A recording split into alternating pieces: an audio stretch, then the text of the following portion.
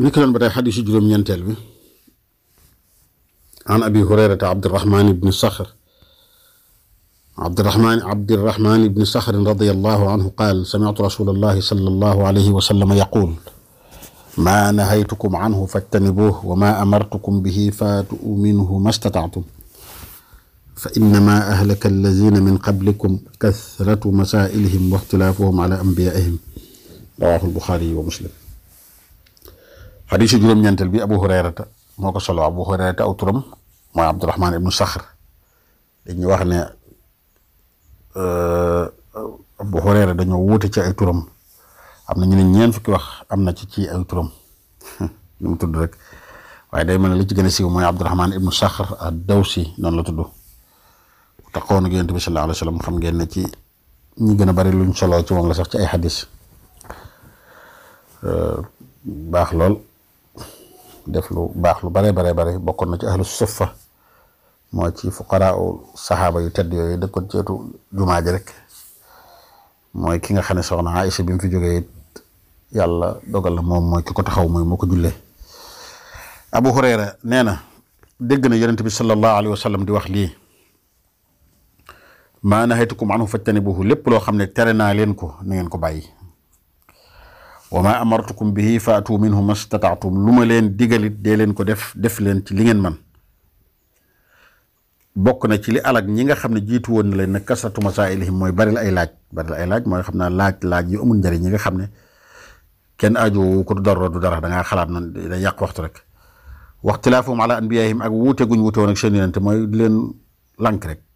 wuute ak ñoom lu ñeen digal ñu lànk mooy leen kon loolu mooy xadis bi te xadis bu am solo boo xamante ni lim làmboo ci qaa'ida diine yi bari na comme ni ko Ibnu Hajar al-Haytami waxee ak ponk lislaam yi kon xadis la boo xam nit ki nee nañ war na ko mokkal ca sonn ci ndax lim làmboo bari na lool bokk na ci li nga xam ne Yonent bi sallallahu alayhi wa sallam wax na ko rek mooy digle na tere na ak wane ne li ma leen digal dee leen ko def li ma leen tere yi dee leen ko bàyyi comme ni ngeen ko mënee li ma leen digal dee leen ko def comme ni ngeen ko mënee li ma leen tere it ngeen di ko bàyyi loolu mooy li nga xam ne moom la Yonent bi sallallahu alayhi wa sallam wax kon xadis bi bokk na ci lim làmboo jëfee ay ndigal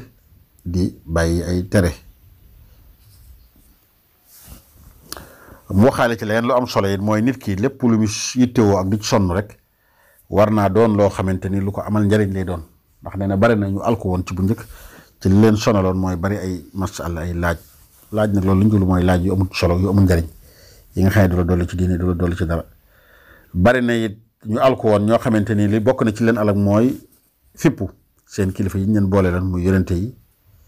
dañoo lànk bañ leen a topp nga xam ne lu ñu leen digal ñu lànk kon ñaar yooyu xam ngeen ne dara baaxu ci nit ki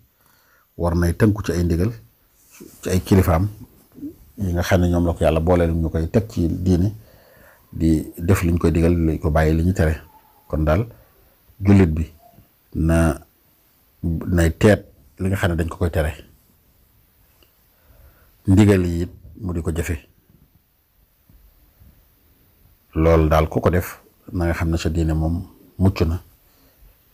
def nga li yàlla bëgg it lépp loo xamante ni amul njariñ nga moytu ko bokk na ci li nga xam ne amul njariñ nag cay alag nit mooy dugg ci détail yoo xam ne amul la njariñ wóor na la doo yokk dara sa diine dangaa xalaat noonu rek éventé ko di ko wax ndax nattale ko noonu taqdir ay yëf yu amul njariñ di ko wax